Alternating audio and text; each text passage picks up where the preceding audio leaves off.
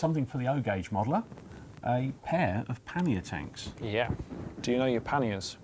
To be honest, I know they're Great Western locomotives, and that's the limit of my knowledge, I'm afraid.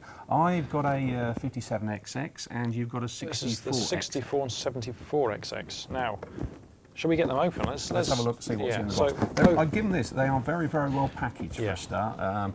That's always a good sign. Dapol is renowned for good packaging. Don't think we've yet to see a model in the office which hasn't got great packaging from Dapol. No, and they certainly got a bit of weight to them as well. Wrapped in the fairly standard, or mine is wrapped in a fairly standard plastic box. Right. Yours is in polystyrene. Mine is in polystyrene, and you'll note also the difference in the shape and size of the box. So you'll note that this one actually has a slightly shinier finish than that one, but there is a main reason behind the release of both two locomotives very similar at the same time, and this is because this is a re-release of the ex-Lionheart model, following the merger of Lionheart and Dapol very recently. So die-cast chassis, essentially die-cast top as well, very, very heavy, sturdy model. I mean, it's certainly not going anywhere, but it's also very nicely detailed as well. They haven't compromised in any respect on detail. The Lionheart model was always known to be a particularly well detailed model. Oh, yeah. And I'm just looking in the cab, for example, and the detailing is absolutely exquisite. It's very nicely detailed, as is actually the 57XX, but you've also got this compensation on the front two axles here. You can see there's a little bit of a device there that now enables a bit of movement. Let's check out yours. However, underneath mine, I think it's much more exciting in that we actually have what I think may be one of the first occurrences of this, and that is inside working valve gear. Now, I've seen these, the pre-production models of these, sat on the Dapol stand a few times, whirring away with all these bits moving. And to be fair, you can barely see them when the model's the right way up, but they are absolutely fascinating to watch in operation. And it's nice to have, isn't it? Yeah, rather than a necessity, but you know. It's certainly really impressive to find this in a ready-to-run model. I mean, to think we used to get excited about separate handrails and sprung buffers, and now we've got all the valve gear between the frames.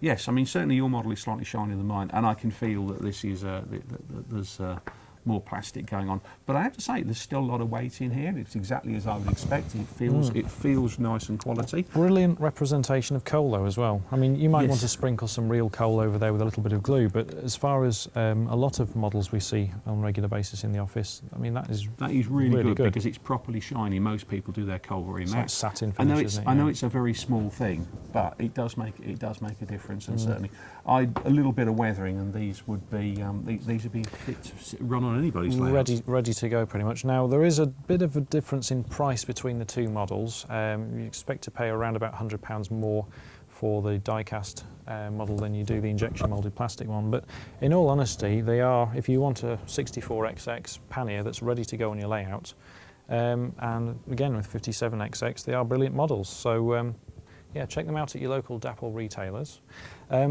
As we'd expect, sprung buffers, sprung couplings, there's even a little bit of flex in the hoses, just in case you bash one of them if you're a little bit clumsy. Steps really rigid.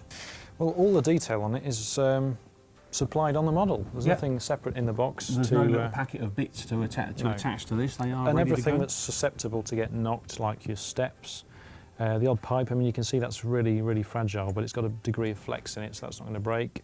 Same with the rail guards there, it's all strong.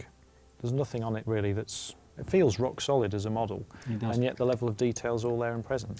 So if you'd like to get your hands on some of Dapol's latest pannier tanks, check out your local stockists, and don't forget that these are DC models, but also available DCC fitted and with DCC sound, so check them out. There's a price point for everyone.